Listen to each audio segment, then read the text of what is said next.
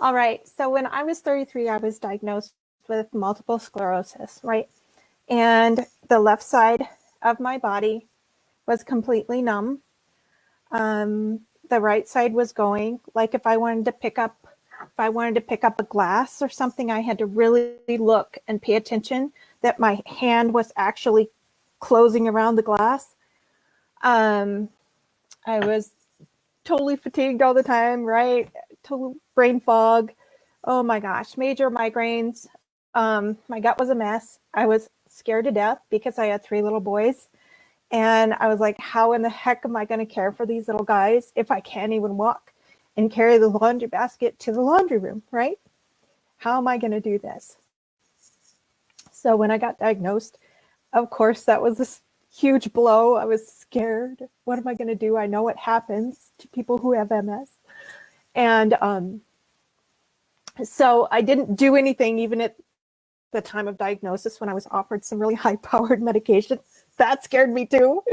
So I didn't do anything. And then we moved into the Bozeman area, and I met a doctor who used functional medicine principles to help me get better, right? And you're not supposed to be able to get better from MS. And I'm 7 years in of no symptoms. Everything works. I get to be normal. I get to play basketball, volleyball, whatever I want to. Keep up with my guys that are now teenagers. And so every morning that I get out of bed and my feet hit the floor and I can feel the floor and nobody has to help me get up, I feel like totally blessed, like it's a good day. So that is my why. That's why I do this, because I'm no special person, right? I'm just a regular mom. But I get to be normal. And that's what started my journey on, okay, how can I learn how to do this for other people and show other people this way? And so there you go. That's why I do this. Yay. Yay. We are so happy that you are better and vibrant and healthy. So because now you're shining your light on everyone else on your gifts around functional medicine. So tell us, basics. What is functional medicine? How is it different than the medical model or traditional model? And just some highlights. What do you think? Awesome. Well, thanks for asking that question, because one of the things that I really love about functional medicine is that your body is created beautiful and perfect. It's not broken. You're not broken. But when things go sideways in the body, there's always a reason, right? There's always a reason. And so a lot of the functional medicine side is figuring out what is the reason. So some of this goes into, how did you get here, right? How did you get here? What was the path that led you here? And then we can do some really specific testing to figure out what's going on, right? Right, Christine? We can figure out what's going on. And a lot of times it begins in the gut. And I guess if you don't hear anything else that I say today, hear this: you're not broken. And there's always a reason, right? We figure out the reason. We figure out how to turn that around for you. And then leave it up to your body to see how far you can heal, how far you can get better. Yeah, I know that's very basic. But Well, and that's okay. So I want to share, I had a doctor's appointment with a PA in the GI specialist clinic earlier this week, and it really showed the contrast of the two different models. Because the model that most traditional Western medicine adheres to is that your lab work shows this is the range of normal.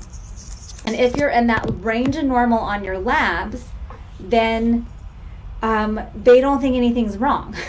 They're like, keep going. And it was really interesting because, I'm in a flare right now for my ulcerative colitis. And the doctor's like, well, it looks like, this level is a little elevated, which shows that you're in a flare. But all of your labs are just beautiful. Just beautiful. You're not anemic. There's nothing you can do. and then he goes on to say, I have a ton of clients where their labs are perfect. And I tell them that their labs are perfect and there's nothing that we can do other than give them a medication. And they're mad at me. They're so mad because the labs are fine. And I'm like, yeah, because you missed a part. You missed a lot of pieces. I, as many of you know, if you know who I am, I'm very much in the metaphysical realm, the Reiki realm, the spiritual realm, and I like to connect the emotional struggles with the physical dis-ease that you have through the chakras. Like, that's my area of expertise. And he was like, what do you do again, Christine? I go, oh, I'm out there in woo-woo land. You guys don't believe any of that stuff. And he's like, but there's scientific studies that when someone has sexual trauma, they also have GI disorders. I'm like, yep. And are you doing anything about those clients who need the healing work on that area? And he's like, no, I can't. I don't even know who to refer. I'm like, here's my card. You can have them call me because there's a disconnect. So there's an emotional disconnect there. And then there's this what normal is and what optimal is. So Melissa, can you talk to us a little bit about how you read labs? What's the difference between normal on the labs that you get from your lab work and what functional medicine reads as optimal? What's the difference there? Oh, I love this question. Okay, so one of the things that I do differently with labs is I'm not looking for certain things that are really high or really low to say, I need to give you medication of some sort. I'm looking for trends, and I'm looking for body systems. What systems in the body are struggling, right? And we can also use clues from, remember what I was saying about patterns? We can use clues from patterns that we see to see, okay, what organ systems are having trouble. Is it your liver that's having a hard time? It's not working right. It's full of sludge. Do we look at, is there possibly a bacterial infection going on in the intestinal tract? Do you have H. pylori? What's going on in there? And we can use just plain old everyday lab work to learn those things, right? And especially when we get into looking at things like thyroid, we start looking at things like hormones, right? There's always a reason for a hormone upset, right? And we can dig in and look at not just, oh gosh, your thyroid's having trouble, let's, shoot you full of medicine. It's, why is the thyroid having trouble? Let's look upstream. Let's look at the drivers upstream. Is it life habits? Is it habits of thinking? And this is so your realm, girl. Is it beliefs? Or is it things that you're bringing into your body that is not working for you? Something that's causing inflammation, right? These are the kind of questions that I go to, is the why, what is happening? Because once again, nothing happens in your body without a reason, right? We just have to figure it out. So yes, lab work it's so informational. It's so informational. But another thing to just think about with lab work, it's a snapshot in the moment that blood is taken out of your arm, right? Whatever state your body is in that moment is all we get to see. So when we look at lab work, we're evaluating that moment against the rest of your life, against what you're experiencing. And it kind of brings things into focus. Did that answer your question? Yeah, I think so. I think the other thing that I find really interesting is the overall philosophy of functional medicine is that optimal is best, normal is not. Yes. Right? And so what the lab work that is read in the doctor's office is showing you what their quote unquote normal is. You can still be terribly sick and in a flare and be in bed most of the day and bleeding where you shouldn't be and still have normal lab work. And that's, to me, it was like, this isn't optimal health. This is what the doctors are considering normal and that they can't do anything else. And that's why when that's it. That's where their game is. Because they don't know what else to do. Right. They don't. And it's so sad. Like, it's really sad. One day we will require doctors to have continuing education and they will come to Melissa's classes. I'm ready. Bring them on. Right? Because this isn't to say that there isn't a place for medical model. There's not, like, medical model is great for emergency care. Medical model is great if you need to have a surgery. Medical model, or if you're in a flare and you need a little meds to help you come back down again so that you can do the underlying healing work of what's going on. Like, this, I'm not trying to say stop taking your medication. That's not it. Don't do that. But there is this, like, okay, we need to start looking at the why and what's going on here. Because if there's an underlying reason, like for myself as an example, and Melissa, you're welcome to keep using me as an example here, but like, I had no idea that my stomach wasn't creating enough stomach acid to kill off the bad things that I was coming in, the parasites, the E. coli, the whatever is coming into my system, but I didn't have any stomach acid to kill it off. And so my gut just set up shop for all of the bad things and all of the imbalances because I had no idea that's what I needed to look at. So how did you go from I received care from a functional medicine philosophy doctor to moving into becoming a coach yourself? Like, what?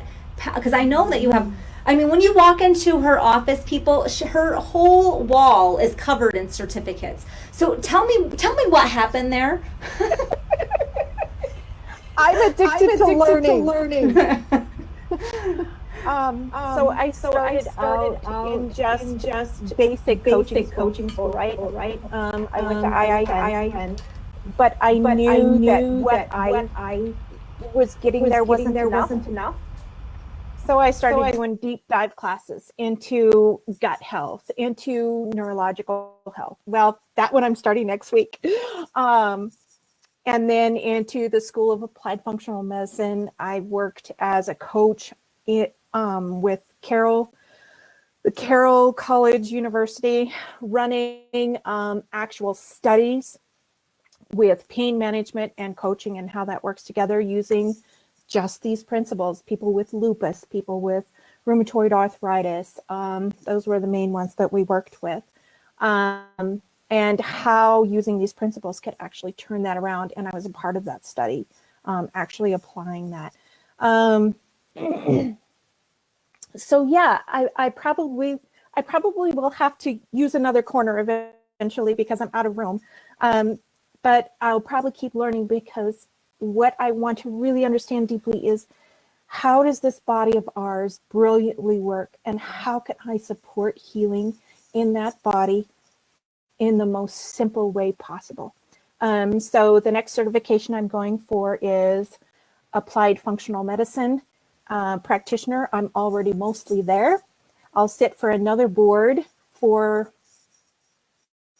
the certification, and then the neurological class that I'm going to start next week, learning how to really help people who have neuroinflammation, which is folks that have seizures, folks that have autism, folks that have degenerative diseases like Alzheimer's.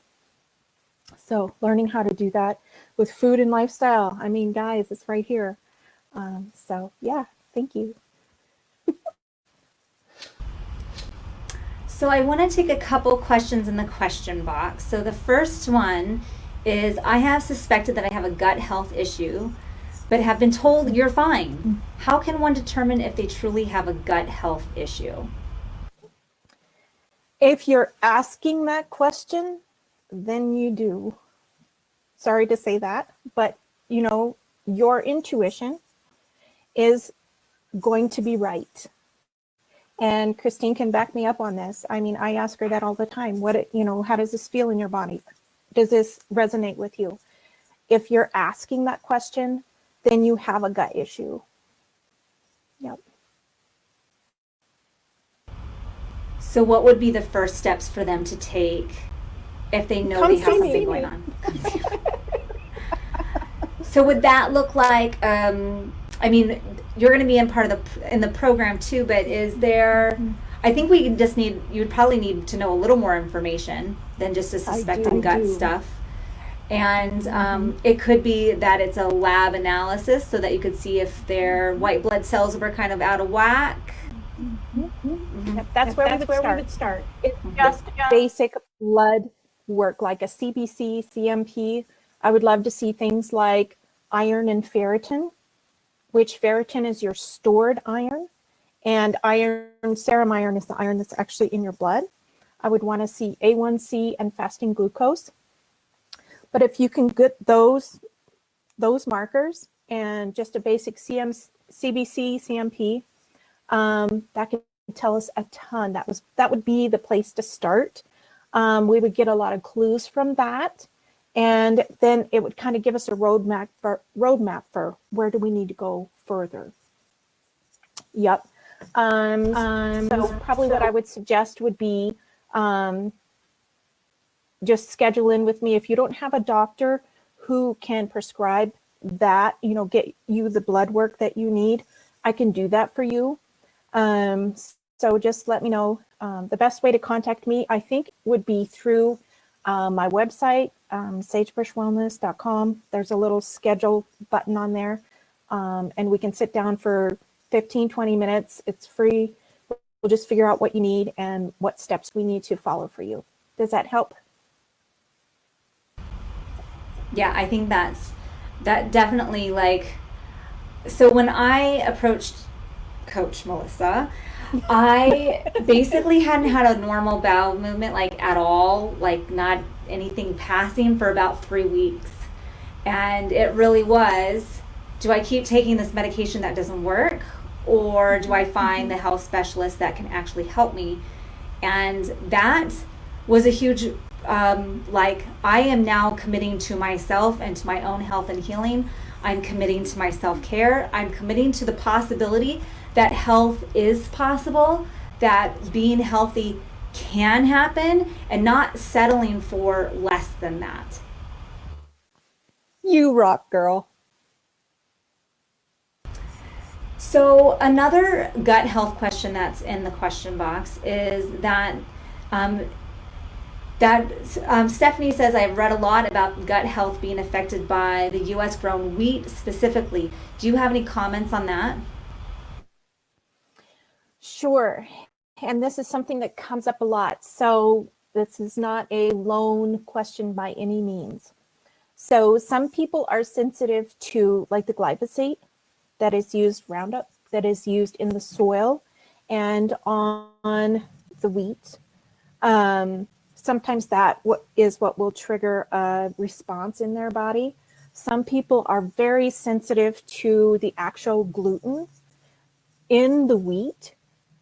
And some people do not produce enough enzymes, digestive enzymes, to be able to break down the protein chains when they come in, right? So there's pretty much 3 different possibilities. Now, to say that wheat is like this terrible thing, it's not. It's given to us. It's a grain that people have eaten for thousands of years, right? It's a nourishment. But when that nourishment is causing, for whatever reason, is causing an inflammatory response in the body, then we have to pay attention to that.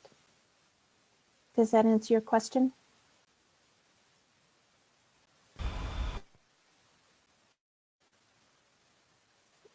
I can't hear you. Excellent, Stephanie. Perfect. Okay, good. I thought I toggled off. Okay, perfect. A couple other questions. And so if you have any health questions that you want to ask generally for Coach Melissa right now, please go ahead and put it in the question box. Bridget wants to know if you know of Dr. Terry Walls. Does that name? Yes. So Dr. Terry Walls, her book was, now I'm trying not to cry again here. Her book, I read it when I was so sick. And that book was enough to give me hope oh my gosh, maybe I can get better. And even though I didn't follow her big old protocol and whatever, it was too hard for me. But she gave me hope. And yes, she's quite the gal. I really appreciate her. Great. Yay. Oh, we have more questions. I love this. I'm going to start with Daryl's. What actions did you take to change your MS and your own personal story? Ooh, I love that question. So the first thing we started working on was, so MS is an inflammatory autoimmune disease, right? So we started on the inflammation part because excessive inflammation in the body is a response by your immune system to protect your body, right?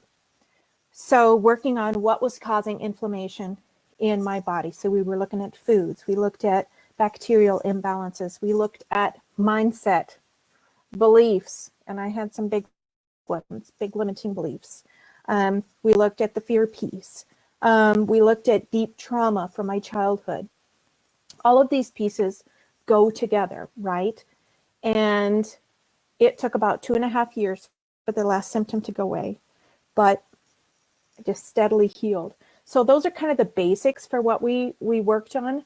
But what made the most difference for me, and you'll probably laugh, because when my doctor said you need to stop eating gluten and sugar, that was most of my diet. Are you kidding? What am I going to eat?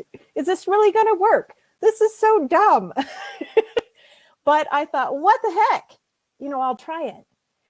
And within and this is not probably going to happen for anybody else but me, within 3 days of cutting out gluten hardcore, I started getting feeling back in my left side. I'm like, holy cow, this is cool. Is it going to stay? And as I just kept working through this, my body just kept healing and kept healing. And yeah, that was the biggest first step that made the most difference for me.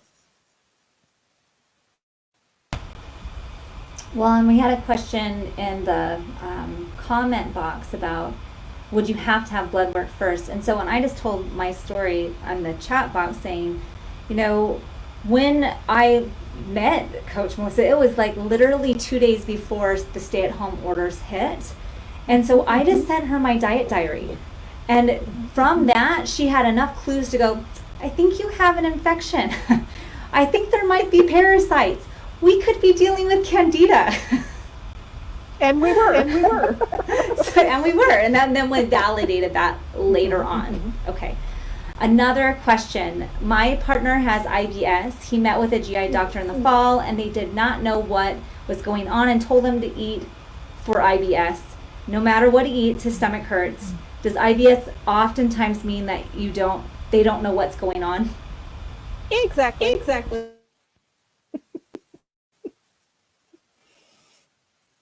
Yeah. So IBS is it's a diagnosis that it covers exactly, there's a certain set of symptoms that it covers, but they really don't. I could tell you what happens and why most GI docs don't know unless they've really tried to dig into that side of things.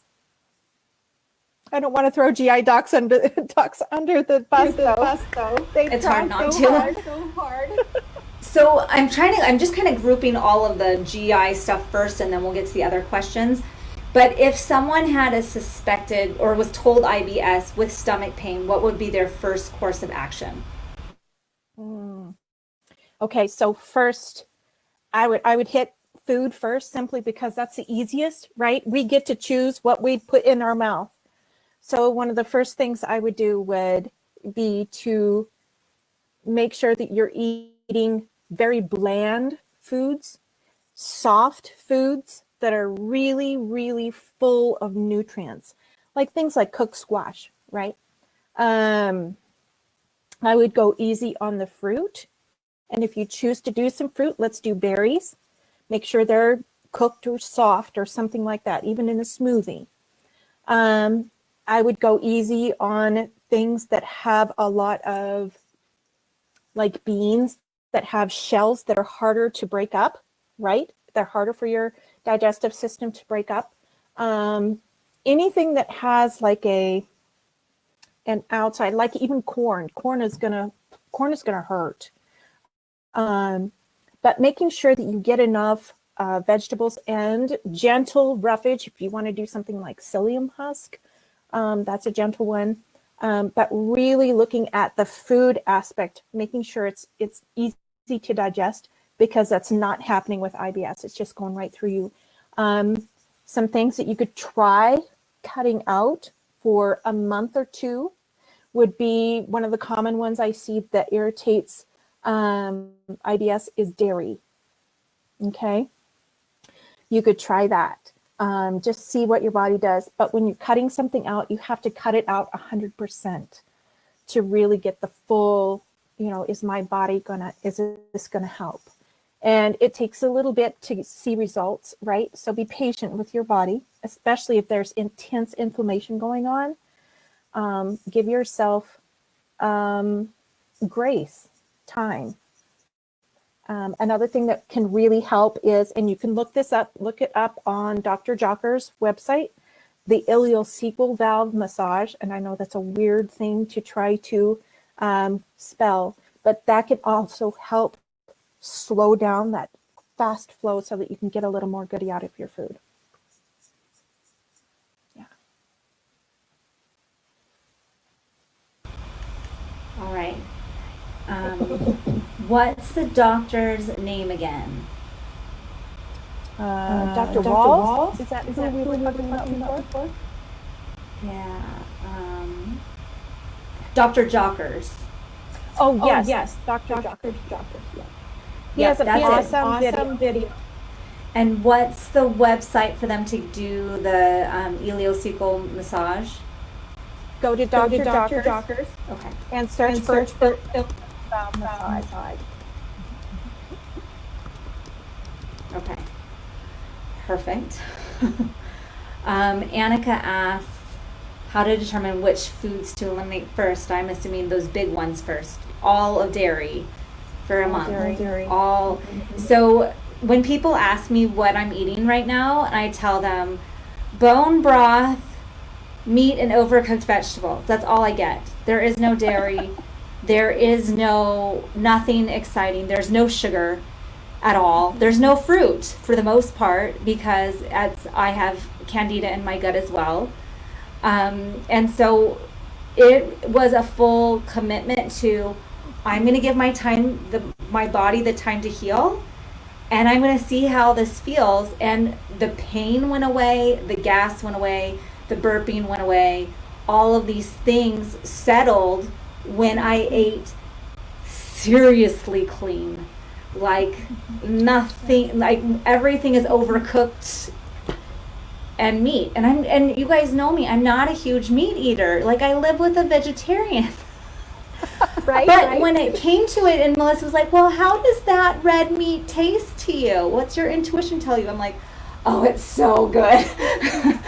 I had the best, it was a doe elk steak the other day, and it just melted in my mouth. And Katie wants to know if I'm taking vitamins. Melissa, what's your take on vitamins? Let's go there. Okay. So this is a really, really great question. I'm glad you asked that. So vitamins are great if you need them and if your body is able to absorb them. Okay. So anything that goes into your body, I don't care what, has to go through your liver, right? It has to be processed through your liver. And if you're already having trouble, so for example, I'll go back to the IBS situation that we were just talking about, right? There's a good chance that not much of that food or vitamins or minerals or any sort of a supplementation that's going through is getting into the body, because it's going through so fast. And literally, when your small intestine is so inflamed, it's not able to absorb much, right? So vitamins, minerals, supplements of just about any kind, I think we need to be really, really mindful of what we're bringing in. And to be honest with you, I'm a minimalist when it comes to that type of thing, because I think they need to be used for a specific reason. purpose, and then let go. Because if you're feeding and nourishing your body in all the ways, right? Not just food, in all the ways, our bodies are brilliant. We're made to just hum through life and just do amazing without all these crutches. And sometimes the crutches, we overuse them. Like, I'll take probiotics, for example. Everybody says, let's take probiotics. They're really great for you, right? And sometimes they are. Sometimes they're exactly what we need, right? But I've also seen, I'll have folks come in with some pretty bad bacterial imbalances, and the good microbes, bacteria in their body that we're supposed to have has become overgrown and is now causing issues. Because they continually supplemented with probiotics thinking they're doing the right thing. And now we've got this overgrowth, and now we have to bring it down to normal. Does that make sense? So we have to really be mindful of what we're using and why. So Annika asks, how are you testing bacterial imbalances? Okay, so my favorite way to test those are by using a GI map. And if you want to do some research, go to diagnosticssolutionslab.com and just look up GI map. That's my favorite way. I can also use an oat test, and there are a couple other tests that I can use, but that's my favorite because you get the broadest look for the least amount of money. So it's Diagnostic Solutions Lab.com. Yep. Okay, perfect. We're going to take one more IBS type question, and then we're going to move on to some other conditions that we have hanging out in the Ask a Question box. But these are all very good questions. I love that. Katie, for what vitamins I'm taking right now personally is not much. I'm getting most of my minerals from food and tea. So that's bone broths. I'm working with an herbalist as well to make me specified teas for my specific body that's going to help bring back my iron up, that's going to help heal and lower the inflammation in my gut. And so when I work with Melissa, it's also very collaborative. If I'm like, let's bring in this piece over here and this herbalist over here, and like, I'm all for it. All for it. Me too. Got my vitamin B12 shot 2 days ago. Oh my God, I was like, how am I going to do this whole Chakra Mastermind, like get it off the ground thing unless I get some energy? I'm like, I'm so getting a B12 shot. That helps. Okay, so another IBS question would be, I have IBS, which I'm keeping under control, mostly following the FODMAP diet. I don't know if I'm saying that right. However, I suffer from genital herpes, which is very hard to deal with, and I know my outbreaks to be much connected in my gut health. However, I would like to get some tips on the topic or suggestions on some books to read. Ooh, books to read about that.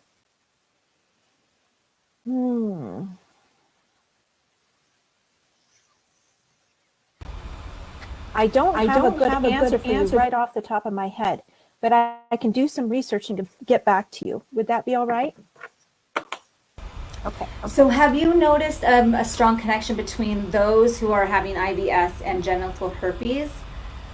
I mean, I feel like when you're under a lot of stress, both those areas are going to come right to the forefront. You know, stress brings on a herpes outbreak, stress brings on IBS. And it brings on IBS.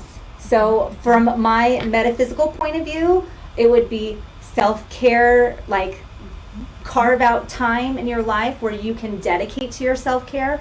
And that can look like whatever feels good to you. It could be going for a walk with your dog at a slow pace, not rushed. It could be staring at the stars. It could be putting your bare feet on the ground. It could be meditating. It can be chanting. It can be going to a yoga class.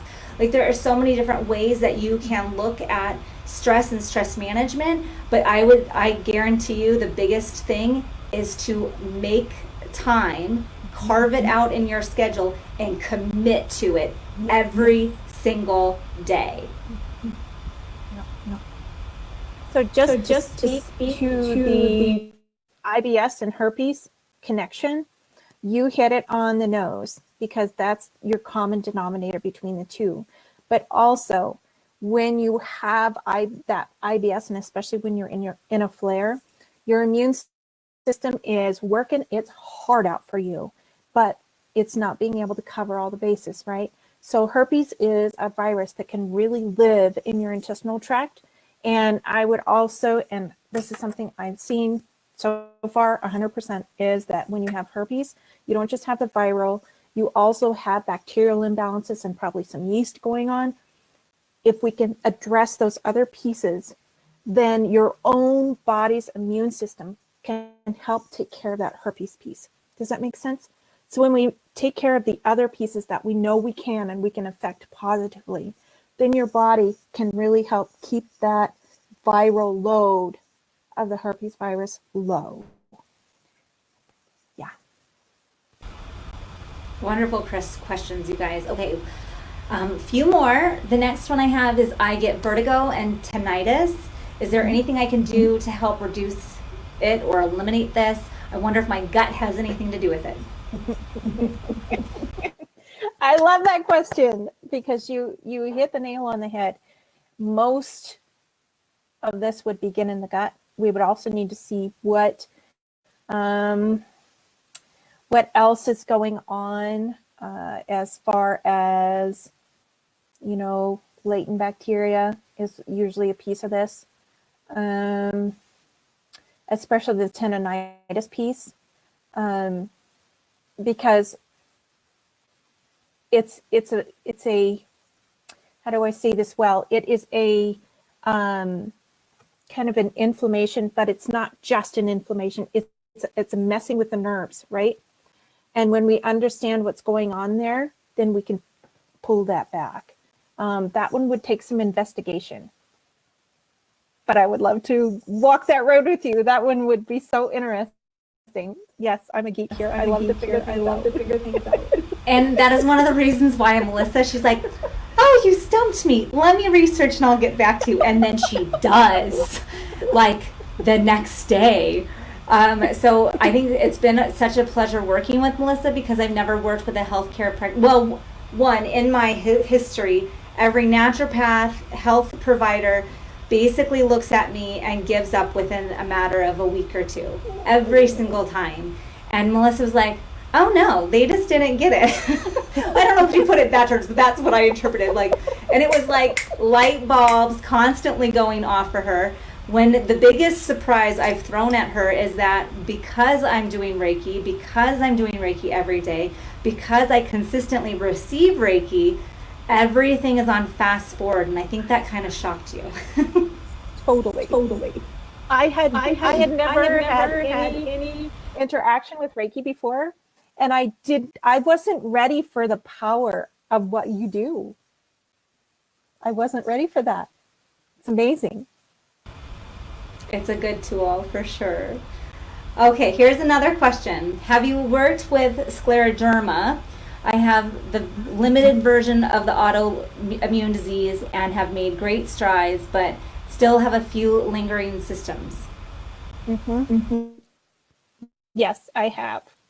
That one is multifaceted. It's fascinating, but oh my gosh, if you've made headway, go you. You're doing things right. So it might be just, having another set of eyes and peeling back the layers. Let's look and see what we've got here. Where were you? Where are you now? How did you make that path?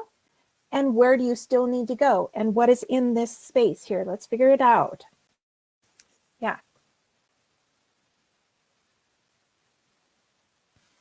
All right, another one. I get terrible chills and have fluctuating glucose levels. Should I eat like I'm pre-diabetes? I feel like too much sugar takes me to this place. Also, I have an IBS diagnosis, but feel like it's more of a pancreas issue. I use the FODMAP diet to help identify irritants. It looks like you are really using some intuition around this, right? I love that. Keep going. So what we're probably looking at is Once again, there are a lot of players in this. We would need to do some investigation for sure, because if the FODMAP is not completely taking care of the IBS, there's other reasons, there's other things going on. Yeah.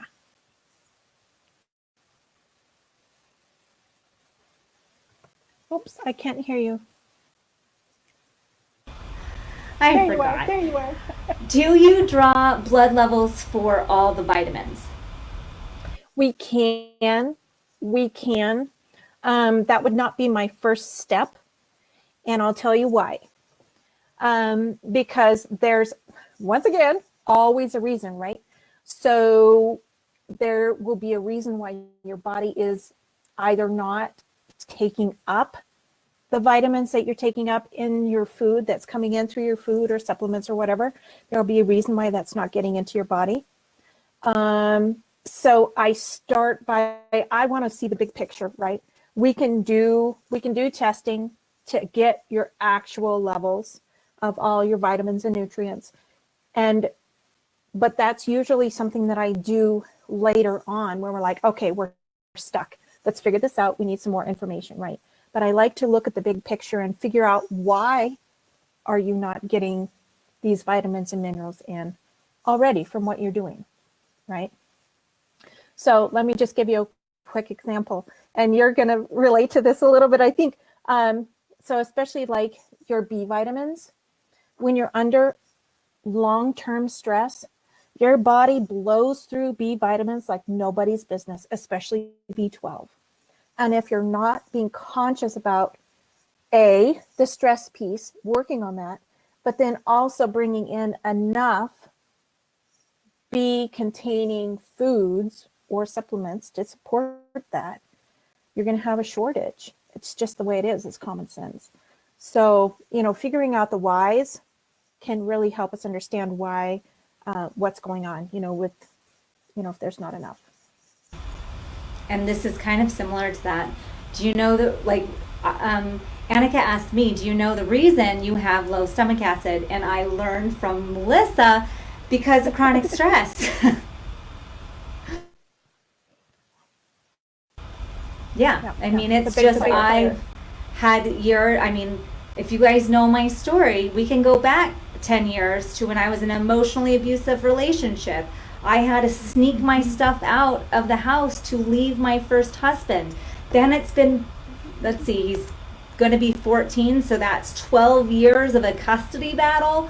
Yeah, I have some serious chronic stress. And in those early years, I was very type A. I was very stressed out, and I didn't know how to regulate all of it. I just didn't. And so I shot my system. Unfortunately. Okay, another question for you. Bring it back on, girl. Yeah. Yep. Question from Daryl: is there a common reason for low thyroid production? Ooh, I love that. So your thyroid, right? It is part of your hormonal system, right? Coming down through. Your thyroid is in charge of a lot of your metabolic systems, right? So one of the biggest drivers I see with thyroid is, yes, there's inflammation caused by foods. Yes, that's a big thing. That's kind of a foundational thing. But also we have to remember what drives the thyroid. Let's look upstream. What is making that thyroid work overtime, or what is causing the autoimmune dynamic that is beginning to damage the thyroid, right? There's a lot of different pieces that we can look at. One of the most common ones, though, is, just like we were talking, chronic stress, because your thyroid is having to respond to your metabolism, right?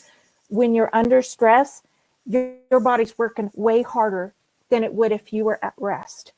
And this little guy works so hard for you. And it's just, that's your thyroid's job, is to keep your metabolism up so you're ready for whatever life is going to bring to you. So looking at the food, that's first. Looking at what is causing the inflammation piece is a big part of it, but then also looking above, what is the hormone path above your thyroid? What is actually triggering the thyroid? Sometimes we need to look there. Excellent question.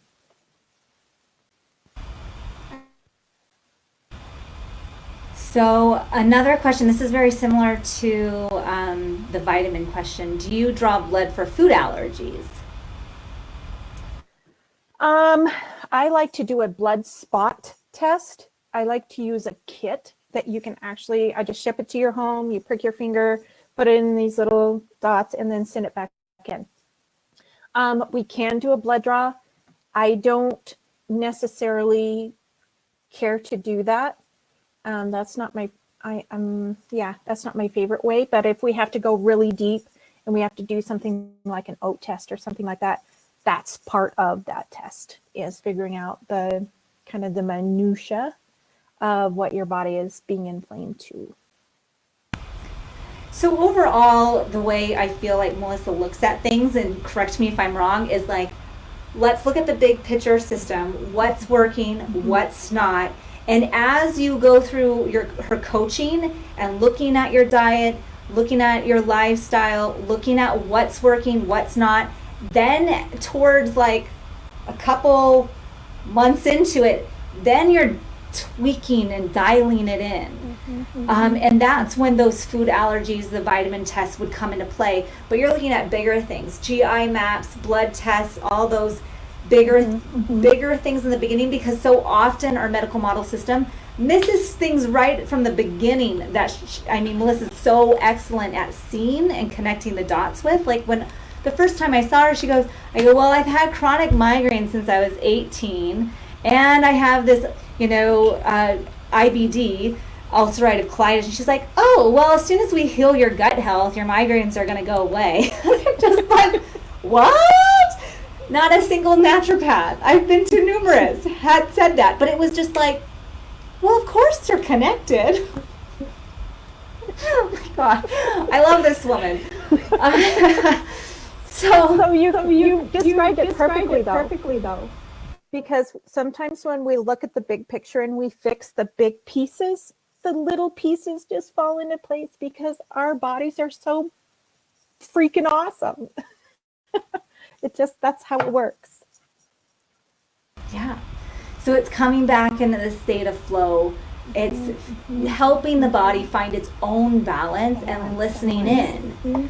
And that's the beauty of it. And that's why we joined forces. I'm the one who approached Melissa, and I'm like, I'm going to be doing this Chakra Mastermind. And I'd love for you to come on, even though it has nothing to do, like it really, we're having a health and wellness approach to it, but we're coming from a very emotional, spiritual point of view. And I wanted to bring in that medicine piece. I wanted to bring in the body functionality piece, because sometimes it's those pieces that we get stuck in, and that's hindering the rest of us, right? And so if we know that one part of our life is like the triggering, that's triggering the rest of the downfall, Yep. then I wanted so the Chakra Mastermind to be fully comprehensive, body, mind, and spirit. And Melissa is going to be doing the body work on this.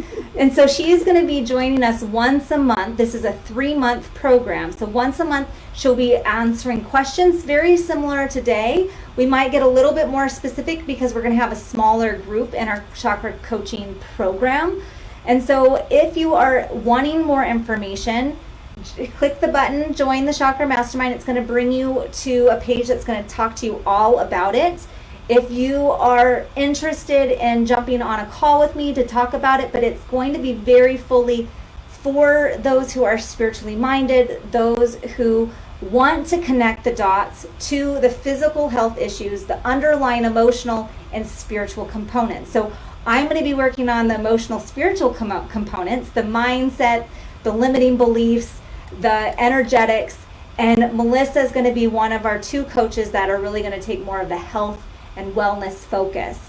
She's going to do like the chronic, yucky stuff that we get stuck with, and then we have one other coach. Coach Stacy is going to be coming on tomorrow to talk about more of the lifestyle, food and fitness lifestyle approach to health and wellness as well. So I'm really excited. If you want to work with Melissa directly, please do so because she's awesome. Go to sagebrushwellness.com. You'll find her link there. She's great, but she's going to give us continual support in the Chakra Mastermind with coaching calls. Anything else you want to tell us, Melissa?